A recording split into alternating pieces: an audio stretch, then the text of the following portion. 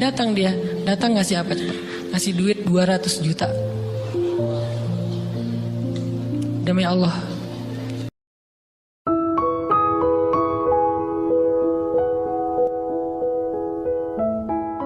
Amal yang udah kita kerjakan minimal dibalas 10 kali lipat, minimal. Maksimalnya bighairi hisab, tanpa batas. Bighairi hisab, tanpa batas. Ada yang 700 kali lipat kayak sedekah, tapi tetap aja ayat sedekah di akhirnya ujung-ujungnya apa? Bighairi hisab juga kan? Berarti sedekah itu minimal dibalas 700 kali lipat, minimal. Kalau kita yakin. Selalu syaratnya kalau kita yakin. Dan saya ngebuktiin itu banget. Saya pernah ngalamin lagi jalan-jalan di sebuah kota yang ada becak kayuhnya, becak sepeda gitu ya. Jalan terus saya bilang, Pak berapa ongkosnya? 20.000. Udah naik aja 20.000. Karena kita keliling-keliling kota, ternyata saya jadi kasihan sama dia 20.000. Kasihan kan 20.000 dibayar keliling kota, walaupun pas mampir beberapa tempat mungkin dia dapat tips ya. Tapi saya nggak tega gitu, dia cerita tentang anaknya lagi sekolah apa segala macam, makin bikin baper kan. Pas selesai saya kasih dia 100.000. Dari 20.000 dikasih 100.000 karena kasihan. Dan saya yakin nggak mungkin sedekah itu sia-sia. Kan Nabi bersumpah kan, demi zat yang jiwaku di dalam genggamannya, tidak berkurang harta karena sedekah. Demi Allah kata Nabi, nggak berkurang harta karena sedekah. Berkurang harta karena belanja? Ya. Berkurang harta karena pacaran? Banget. Modal banget kan? Apalagi buat cowok. Tapi berkurang harta karena sedekah? Nggak mungkin kata Nabi. Demi Allah nggak berkurang harta karena sedekah. Berkurang harta karena istri? Nggak. Karena memberi kepada istri itu pahalanya lebih gede daripada sedekah. Makanya ngemodalin pacaran setelah nikah itu tumbuh berkah. Modal pacaran sebelum nikah itu apes. Jadi kalau pengen modal nih, ngemodalin cewek, traktir, ngapa-ngapain, bayarin, jangan sebelum nikah. Sebelum nikah jadi orang pelit aja, nggak apa-apa. Tapi setelah nikah, jor-joran ngasih, apalagi yang, bayarin semuanya. Kenapa? Pahalanya lebih gede daripada sedekah. Bahkan lebih gede daripada infak fi sabilillah. Seorang suami memberi nafkah istri, itu pahalanya terkadang lebih besar daripada kita berinfak untuk fi sabilillah, untuk korban perang. Saya heran kalau ada orang sedekahnya rajin tapi ke istrinya kikir, aneh, berarti dia nggak ngerti konsep. Padahal memberi kepada istri itu selama itu kebutuhan pokok ya, dan sedikit entertain, nggak apa-apa asal nggak berlebihan, itu luar biasa. Makanya saya kalau jalan sama istri yang mana? Itu yang Onit suka. Oh ya, Onit suka. Kasih aja. Kenapa? Minta ini. Kasih.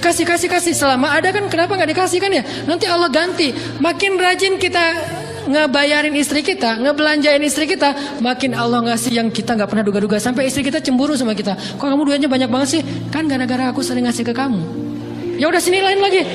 Mau ditransfer berapa gitu kan ya? Saya ngasih 100.000 ke si bapak. Dan saya yakin teman-teman sedekahnya pasti lebih dari itu, karena 100.000 saya sebut. Kalau 1 juta ke atas saya nggak mau nyebut, malu dong, ria ya.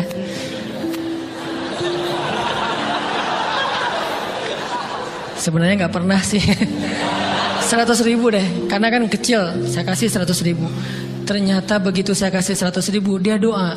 Nah ini nih pentingnya sedekah ke orang yang membutuhkan tapi nggak minta-minta. Dia tulus. Dia langsung doa, ya Allah Pak, mudah-mudahan rezekinya lancar, berkah, bertambah dan segala macam, bahagia keluarganya. Doa-doa ini semuanya dikabulkan dalam hitungan hari. Pertama, bertambah bahagia rumah tangganya, dapat kecupan dari istri. Dia nganggap suami saya cowok banget sih, mulai satu nih. 2, demi Allah, selang 15 jam kalau nggak salah, karena waktu itu malam, besok paginya ada orang yang ngejar-ngejar saya pengen ngasih hadiah. Ustadz, saya pengen ketemu Ustadz. Maaf, saya nggak bisa ketemu sekarang, lagi rush, lagi tight schedule, gitu-gitulah, sok-sok gaya nggak jelas gitu ya. Terus Ustadz, saya pengen banget ketemu. Dia nggak ngomong pengen ketemu apa. Kalau dia bilang mau ngasih duit kan langsung saya prioritaskan kan ya. Berhubung dia nggak ngomong, ya udahlah, saya sosok jual mahal gitu. Tapi yang namanya rezeki kan gimana kita tolak, dia datang kan. Saya nolak. Pokoknya sebentar aja, 5 menit nggak akan ganggu waktu Ustadz. Ya udah besok pagi ya pas breakfast gitu, pakai gaya-gaya dikit breakfast. Pas breakfast, oh ya siap Ustaz, jam berapa? Jam 8. Udah janjian jam 8. Mungkin orangnya nih dengar live streaming, Pak jazakumullah khair jaza. Makasih banyak, mudah-mudahan Allah tambahkan rezekinya. Terus beliau besok mau flight ke luar kota jam 8. Akhirnya ngubungin lagi malamnya, Pak Ustaz maaf gak bisa ketemu besok. Karena saya jam 8 itu jadwal terbang. Oh ya udah gak apa-apa, seneng dong saya gak jadi ketemu kan. Tahu gitu kan nyesel saya tuh, seneng. Besok pagi jam 6, Pak Ustadz, alhamdulillah ya, ternyata penerbangan saya di-delay ke jam 11. Allah delay penerbangannya demi ngasih rezeki buat saya. Kan luar biasa kan? Nah, ini hikmah kepedean saya, kegeeran kepada Allah gitu. Di-delay demi saya. Kan kadang-kadang GR ya di depan Allah ya. Robbi akroman kan gitu ayatnya. Allah memuliakan saya dengan istighfar tetap. Akhirnya saya bisa ketemu Ustaz. Saya nggak baca WA-nya, terlambat baca, baru baca jam 8. Dia udah mulai agak putus asa, kayaknya udah gak mungkin ketemu nih. Jam 8 pas saya baca, ternyata orangnya nggak di delay. Ya udah saya balas, ya udah sekarang saya tunggu ya jam 9. Maaf, cuma sebentar. Nggak apa-apa Ustaz, 5 menit. Datang dia, datang ngasih apa? Ngasih duit 200 juta. Demi Allah. Cuman berselang beberapa jam, saya tolak-tolak. Tahu gitu Pak, datang malam ini aja.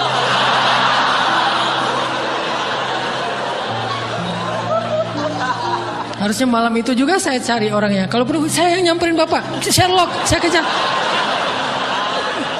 Manusia gitu banget ya. Tapi Masya Allah di situ saya jadi tahu, oh doa orang itu lebih akurat, lebih mantap, lebih diijabah daripada doa saya. Mungkin bukan karena sedekah, tapi karena doa setelah sedekah. Ya Allah dan segala macam dimudahkan sama Allah. Itu luar biasa loh.